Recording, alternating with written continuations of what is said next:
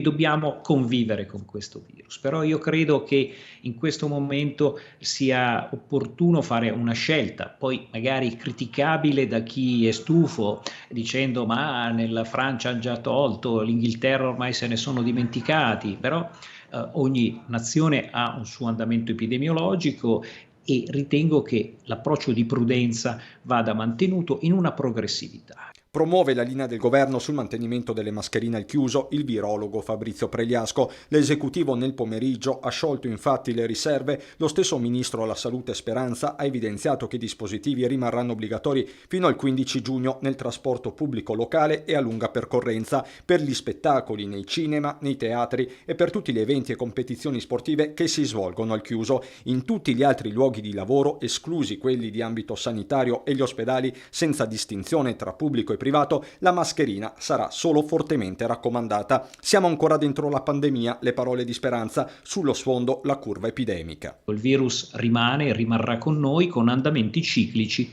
che anche qui ho definito in diverse occasioni come le onde di un sasso in uno stagno. Quindi quest'inverno, il prossimo inverno, salvo che non emerga una nuova variante, noi con questo virus dovremo ancora avere a che fare.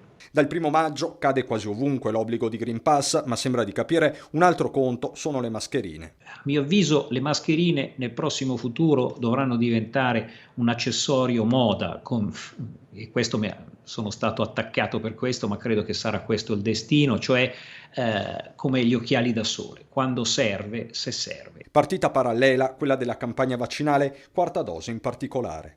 Io dico che adesso, e qui il messaggio proprio di oggi ai telespettatori, alle persone ultra ottantenni, alle persone dai 60 anni in poi con delle comorbilità importanti, fate la quarta dose, perché è necessaria per voi, ecco, in questo senso, perché l'efficacia maggiore del vaccino è a 4-5 mesi dall'esecuzione dell'ultima dose.